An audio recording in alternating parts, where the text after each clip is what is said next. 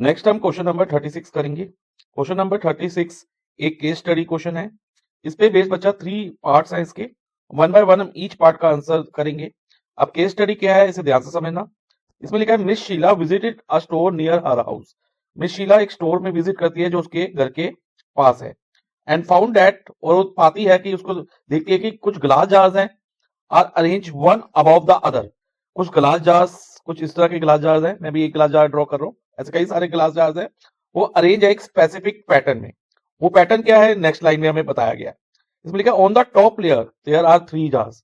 Top layer यानी कि सबसे ऊपर वाली लेयर में 3 जार्स हैं। कितने जार्स है बच्चा? 3 jars. In the next layer, ये टॉप लेयर होगी 3 जार्स, उसके नीचे वाली लेयर यानी कि नेक्स्ट लेयर में कितने जार्स हैं? 6 जार्स हैं। Okay, and in the third layer from the top, अब टॉप से ही बात कर रहे हैं, जैसे फर्स्ट लेयर हो गई, ये सेकंड लेयर में 6 जार्स, अब थर्ड लेयर में कितने जार्स हैं? 9 जार्स हैं। ओके, ऐसे करते करते टोटल 8th लेयर तक जाते हैं। 9 जार्स के बाद मान देखो बच्चा 3 जार्स बढ़ते जा रहे हैं, तो 12 जार्स होंगे, और ऐसे टोटल कितनी लेयर्स हैं? 8 लेयर्स। यहां तक 4th लेयर हो गई, 5th layer, 6th layer, 7th layer और 8th लेयर तक है। कितनी लेयर तक है? 8 लेयर। ये अभी आपको माइंड में रखना है, टिल द 8th लेयर। अब केस स्टडी तो हमें ये दिया है, अब केस स्टडी पे बेस्ड जो क्वेश्चन है वन बाय वन सॉल्व करते हैं। देखो बच्चा, इसके फर्स्ट पार्ट में हमसे क्या पूछा है, इसमें लिखा है राइट एन एपी। हमें एक एपी लिखनी है यानी कि अर्थमेटिक प्रोग्रेशन लिखनी है। उस terms represent number of jars, जिसकी टर्म्स किसको रिप्रेजेंट करती है? Number of jars in the different layer, जो डिफरेंट लेयर्स में जार्स है ना, starting from the top, top से स्टार्ट करके जो नंबर ऑफ जार्स हैं इस डिफरेंट लेयर्स में, उसको उनसे एक एपी बनानी है। ठीक है, और साथ में उस एपी का कॉमन डिफरेंस निकालना है। देखो बच्चा, from starting from the top, first layer में कितने जार्स है? 3 जार्स, यानी कि ये जो 3 होगा ना, ये first term of an AP होगा, यानी कि ए या A1 क्या रहेगा? 3। अब सेकंड लेयर में फ्रॉम द टॉप, टॉप से सेकंड लेयर में 6 जार्स है, थर्ड लेयर में 9 है, और फोर्थ लेयर में 12 होंगे। ऐसे 3 जार्स बढ़ते जाएंगे एंड सो ऑन। और टोटल कितनी लेयर्स हैं जो क्वेश्चन में मेंशन है? 8 लेयर्स हैं। कितनी लेयर्स है बच्चा? 8 लेयर्स। ठीक है, तो 8 लेयर्स हैं, तो 8 लेयर्स तक ये जार्स अरेंज हो रखे हैं, तो ये एपी तो फॉर्म हो गई। अब नेक्स्ट हमें इसका कॉमन डिफरेंस निकालना है। कॉमन डिफरेंस कैसे निकालते हैं बच्चा? दो कॉन्सेक्यूटिव टर्म्स, कॉन्सेक्यूटिव टर्म्स जो टर्म्स एक के बाद एक आती, कोई भी हो, उनको माइनस कर दो। और ये ध्यान रखना, नेक्स्ट टर्म में से प्रीवियस टर्म माइनस करनी है, यानी कि अगली वाली टर्म में से पीछे वाली टर्म माइनस करनी है। जैसे कि ये ए है, फर्स्ट टर्म को हम ए लेते हैं, सेकंड टर्म A2, A3 है, ये A4 है, और ऐसे A8 तक है। तो हमें जब कॉमन डिफरेंस लेना होगा ना, या तो A3 माइनस A2 कर सकते हैं, या A4 माइनस A3 कर सकते हैं, या A2 माइनस A1 भी कर सकते हैं। A1 या A एक ही बात है, लेकिन ये ध्यान रखना कि A2 माइनस A3 मत करना। हमेशा आगे वाली टर्म में से प्रीवियस टर्म, पीछे वाली टर्म माइनस करनी है। तो हम A3 माइनस A2 से ले लेते हैं D। तो D A3 कितना बचा? 9, और A2 6 है। आप कोई भी कंसेक्यूटिव टर्म के से कॉमन डिफरेंस ले सकते हो, लगातार वाली दो टर्म्स के बीच में। 9 माइनस 6 3, तो 3 इसका कॉमन डिफरेंस हो गया। अब आगे पढ़ते हैं सेकंड पार्ट इस क्वेश्चन का। इसमें लिखा है is it possible to arrange 34 jars. क्या ये पॉसिबल है कि किसी लेयर में 34 जार्स आ जाए? If this pattern is continued, अगर इस पैटर्न को हम आगे भी कंटिन्यू करें, इवन 8th लेयर के बाद भी कंटिन्यू करके देखें, तो क्या ऐसी कोई लेयर आएगी जिसमें 34 जार्स अरेंज हो सके? ठीक है, और जस्टिफाई योर आंसर, और हमें आंसर को जस्टिफाई करना है, यानी कि अपने आंसर का रीजन भी देना है। तो बच्चा 34 जार्स किसी भी लेयर में हो सकते हैं, यानी कि nth लेयर में हम मान लेते हैं कि 34 जार्स हैं। अभी कंफर्म नहीं है कि इस लेयर में आएंगे ही आएंगे। ठीक है, तो वो कितने जार्स कह रहे हैं हम? 34 जार्स। ये पॉसिबल है या नहीं? अभी मैंने ये लिख दिया, इसको मैं क्रॉस करूंगा या टिक करूंगा, ये भी बाद में पता चलेगा। ठीक है, तो ये जो है ना 34 nth टर्म है, यानी कि an वाली टर्म है, an है ये। an को हम किसके इक्वल लिखेंगे? 34 के इक्वल, क्योंकि ये nth टर्म है। जैसे ये A1 3 थी, A2 6 थी, तो ऐसे करते करते nth टर्म यानी कि an हमारा 34 है। अब हम an का फॉर्मूला लगाएंगे और n फाइंड करेंगे, और n फाइंड करने के बाद अगर n पॉजिटिव इंटीजर आता है, यानी कि नेचुरल नंबर में आ जाता है, 1 2 3 4 5 6, कोई ऐसा नंबर आता है, तो हम कहेंगे कि 34 जार्स पॉसिबल है। अगर नेचुरल नंबर नहीं आता या पॉजिटिव इंटीजर नहीं आता, तो हम कहेंगे 34 जार्स आर नॉट पॉसिबल। तो हम करके देखते हैं बच्चा। nth टर्म यानी कि an का फॉर्मूला क्या होता है? a plus n minus 1d। ये फॉर्मूला आपको याद होना चाहिए, इज इक्वल टू 34। सो बच्चा फर्स्ट टर्म ऑफ AP यानी कि a क्या है? 3 है, तो इधर हम 3 लिख देंगे, प्लस इधर n माइनस वन में n को हम n ही रहने देंगे क्योंकि n हमें फाइंड करके देखना है, और -1 मल्टीप्लाई बाय d क्या है कॉमन डिफरेंस, वो हमने क्या फाइंड किया बचा 3 फाइंड किया, तो यहाँ पर 3 आएगा और इज इक्वल टू क्या लिख देंगे 34। अब नेक्स्ट हम इस इक्वेशन को n के लिए सॉल्व करेंगे। तो सबसे पहले बच्चा जो ये 3 है ना इसको आप 34 के साथ शिफ्ट कर दो, तो क्या इक्वेशन रह जाएगी n minus one multiply by 3 is equal to 34 minus 3। Okay, क्योंकि बच्चा जो ये प्लस 3 है LHS से RHS में जाने पे -3 हो जाएगा, तो यहाँ 34 माइनस 3 इसलिए हो गया।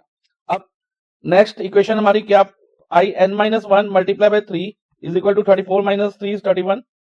अब n माइनस वन को हम यही लिखेंगे, और जो ये मल्टीप्लाई बाय 3 है ना ये LHS से RHS में जाने पे डिवाइजर में चला जाएगा, यानी कि 31/3 हो जाएगा। तो n minus one is equal to 31/3 हो गया।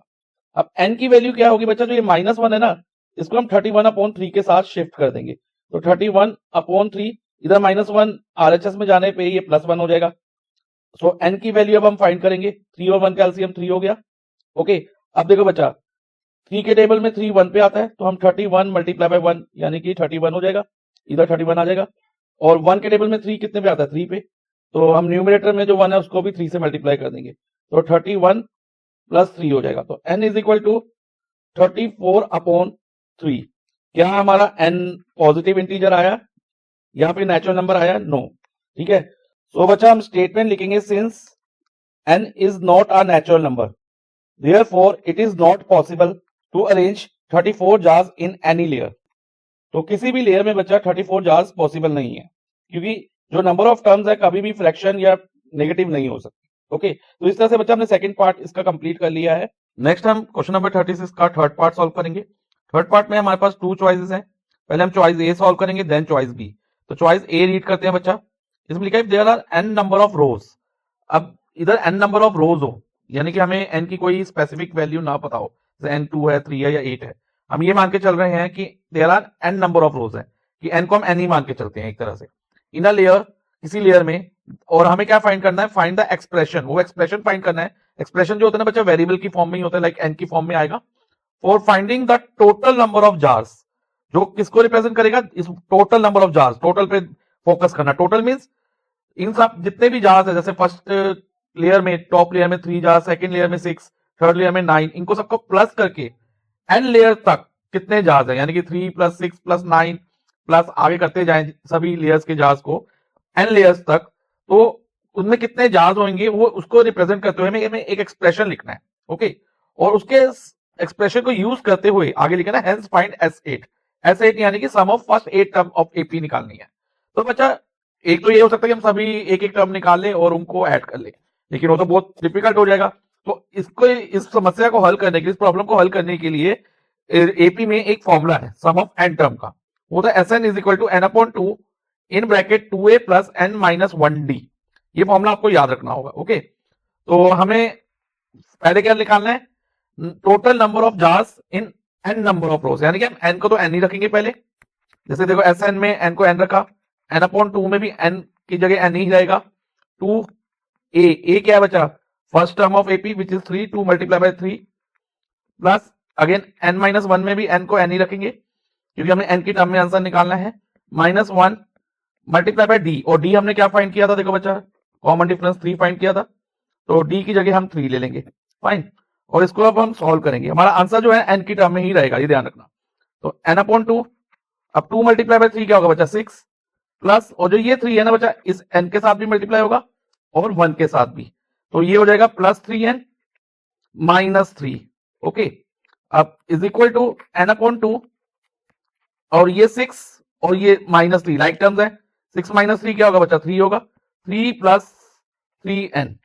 ओके, नेक्स्ट अब क्या करो बच्चा, इस दोनों टर्म में आपको कुछ कॉमन दिख रहा है, यस सर 3 कॉमन है, तो टेक 3 कॉमन, और 3 अगर हम कॉमन लेते हैं तो 3 बाहर आ जाएगा, 3n हो जाएगा इधर, 3n का मतलब 3 × n हो जाएगा अपॉन 2, और ब्रैकेट में क्या रहेगा, जब हम इस 3 में से 3 कॉमन लेंगे क्योंकि 3 1 3 होता है, तो यहाँ 1 बचेगा, और 3n में से 3 ले लिया क्योंकि 3 × n 3n होता है, तो 3 तो हमने बाहर ले लिया, तो ब्रैकेट में क्या रहेगा n।